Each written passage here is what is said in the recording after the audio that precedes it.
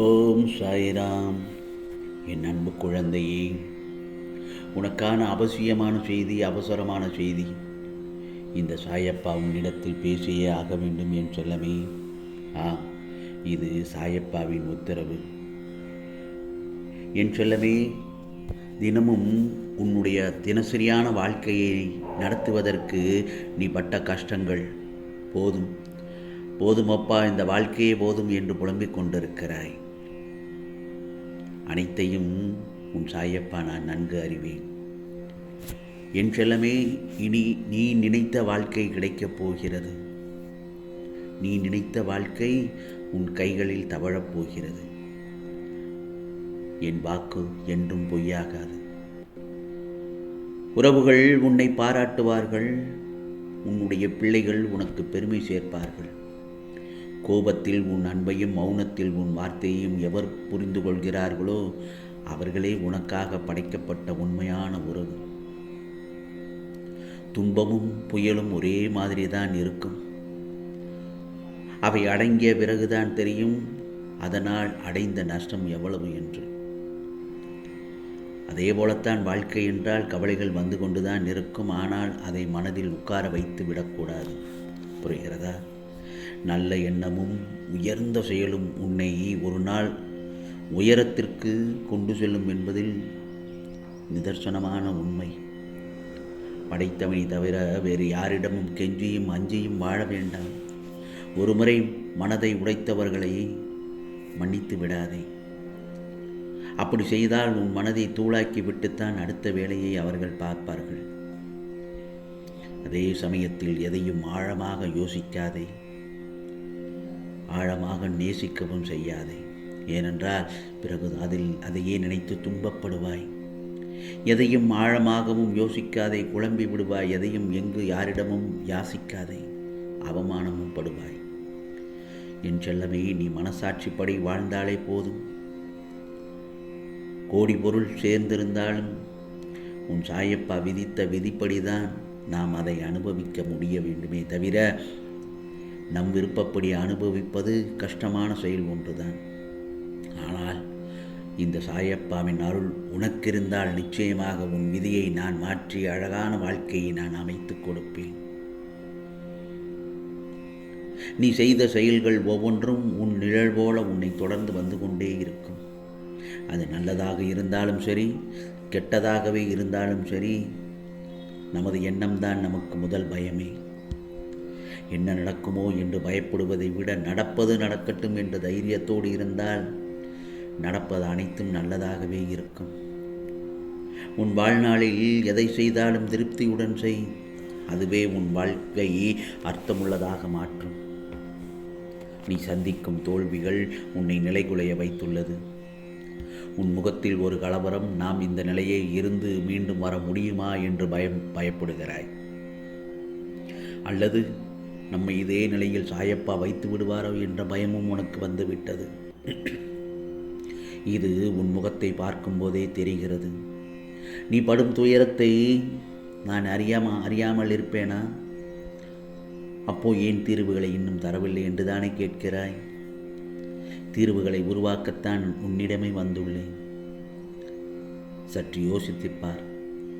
என்னை தூற்றுபவர்களுக்கே நான் நன்மைகள் செய்யும்போது நானே கதி என என்னை சரணடைந்திருக்கும் உனக்காக நான் எதுவும் செய்ய மாட்டானா?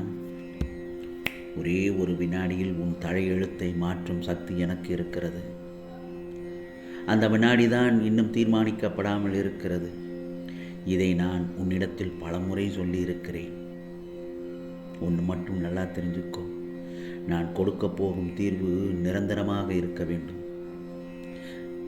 அதனால் நடப்பதை மட்டும்தான் நான் உனக்கு அருள்பாலிப்பேன்.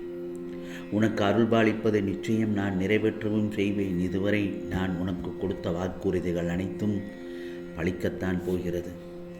அதற்கான கால நேரம் வரும் வரை நீ சற்று காத்திருக்கத்தான் வேண்டும் என் செல்லமே. ஆனால் உன் கண்ணீரும் பிரார்த்தனைகளும் ஒருபோதும் வீணாகாது.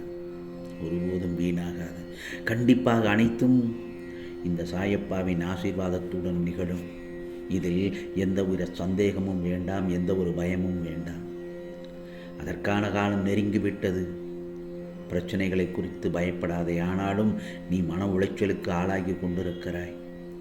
ஒரு இடத்தில் அவமானப்பட்டால் அந்த இடத்தை விட்டு நிரந்தரமாக விலகிவிடு. என்ன செய்ய போகிறோம் என்று இப்போது கலங்கிக் கொண்டிருக்கிறாய்.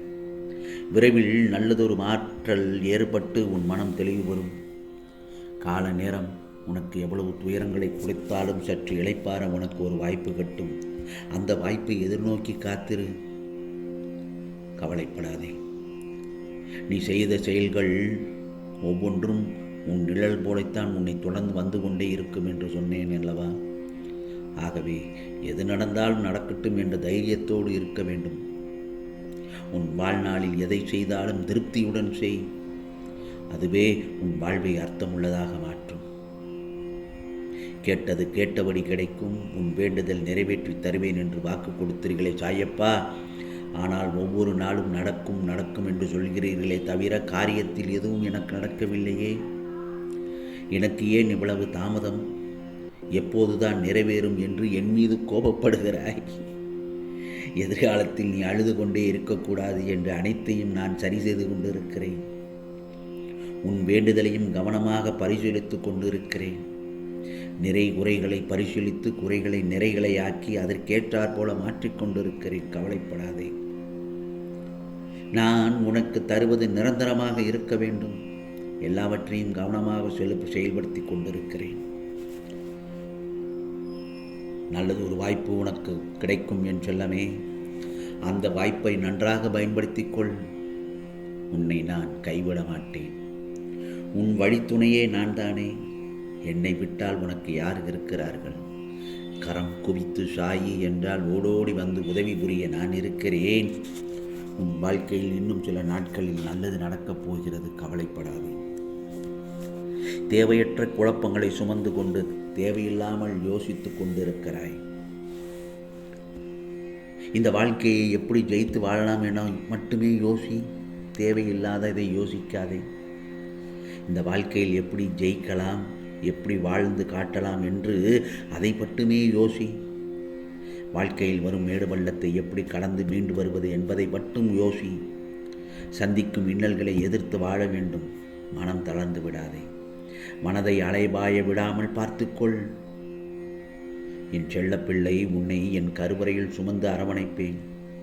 நான் இருக்கிறேன். உனக்கு என்றும் நிழலாக. நீ செல்லும் இடமெல்லாம் உன் சாயப்பா நான் இருக்கிறேன்.